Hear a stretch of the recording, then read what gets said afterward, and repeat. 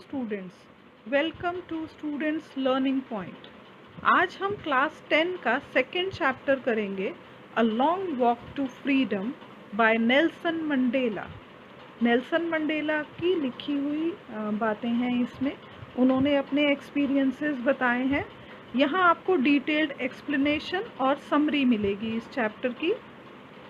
10th May 1994, an autumn day in South Africa, dawned a new chapter in the history of South Africa. On this day, Nelson Mandela took oath as the first black president of South Africa. 10 मई 1994 जो season के हिसाब से autumn season था south Africa में, उस दिन south Africa की history में एक नए चैप्टर का उदय हुआ और नेल्सन मंडेला ने शपथ ली प्रेसिडेंट के रूप में साउथ अफ्रीका में। वो साउथ अफ्रीका के पहले काले प्रेसिडेंट बने थे।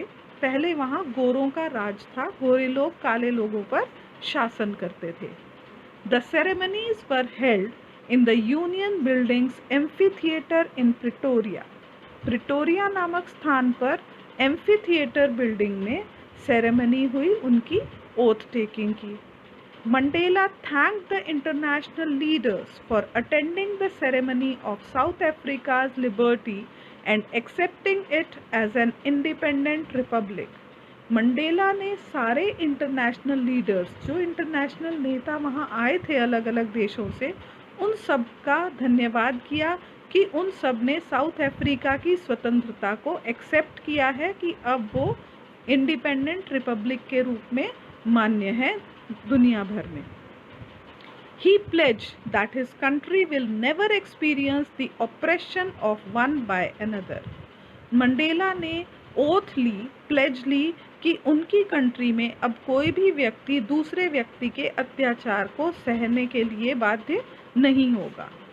He said that black people of South Africa have been the victim of apartheid. It was a man-made disaster. He spoke about the freedom of his people from oppression.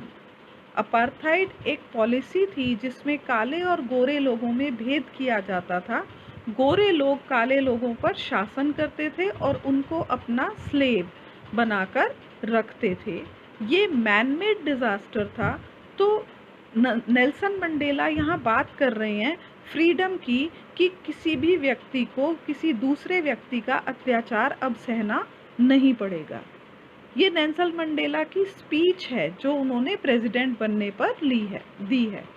The military generals who previously arrested Mandela had now changed their attitude and saluted President Mandela and pledged their loyalty. वो military general जिन्होंने पहले Nelson Mandela को arrest किया था, jail में डाला था, अब उन्होंने अपना एटीट्यूड चेंज कर लिया है, मंडेला जी को सैल्यूट किया है और उनके प्रति अपनी लॉयल्टी शो कर रहे हैं वो। The public of South Africa had both white and black people. Each group sang its own national anthem on the occasion. अब साउथ अफ्रीका के अंदर गोरे और काले दोनों लोगों को बराबर माना गया है। दोनों ने अपना अपना नेशनल एंथम इस ओकेजन पर गाया है। दोनों को बराबरी का दर्जा दिया गया है।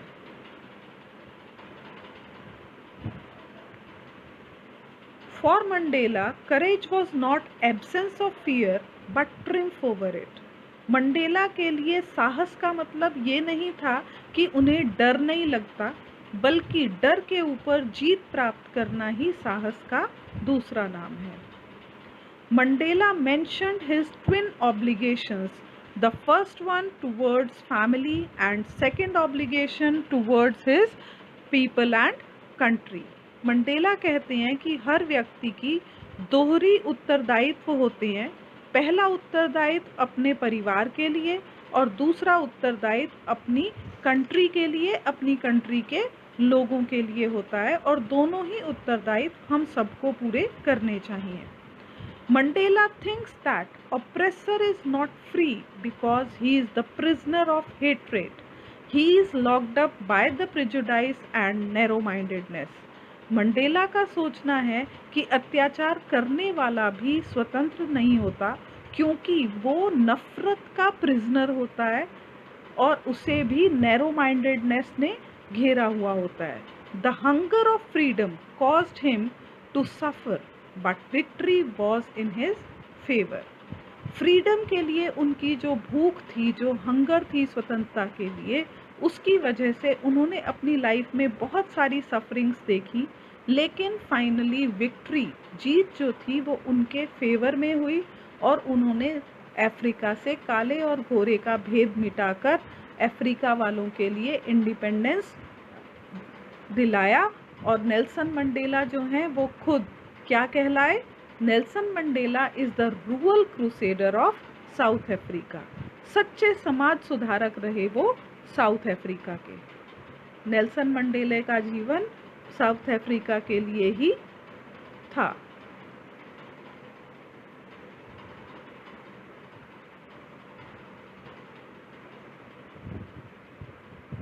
आई होप बच्चों आपको ये चैप्टर अच्छी तरह से समझ में आया होगा। Bye bye students, happy learning.